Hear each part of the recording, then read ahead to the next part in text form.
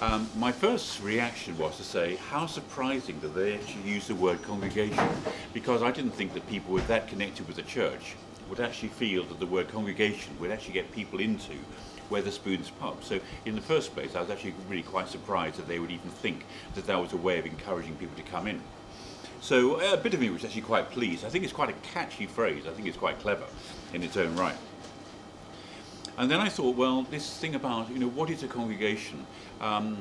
Is it just a collection of people who are huddling in from the coals because they actually kind of are lonely and they've got nothing better to do with their time? Because that's basically what this is saying, isn't it? It's actually saying, kind of you're a bit lonely.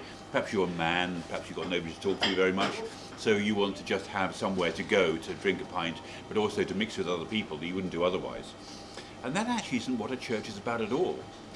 Because a congregation are a group of people who, of course, they get to know each other, they talk to each other, and we have a great time and do all kinds of things. Kids on bouncy castles as well as Sunday school.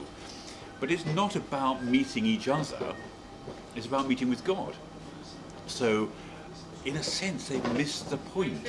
A congregation is about people who have come for a purpose of actually getting to know God, see what God is all about, and as a result of that, of course, they then like everybody else much more than you would do normally.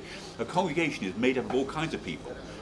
It will have rich, poor, black, white, every conceivable kind of group of people will find their way to church. A couple have just turned up last Sunday. He's French, she's Italian.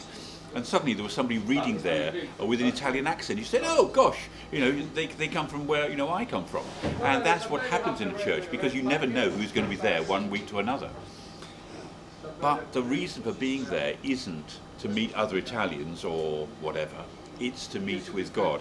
So I think that I like the title. I like the idea of it. It's kind of quirky and it's quite fun. But I think that they've missed the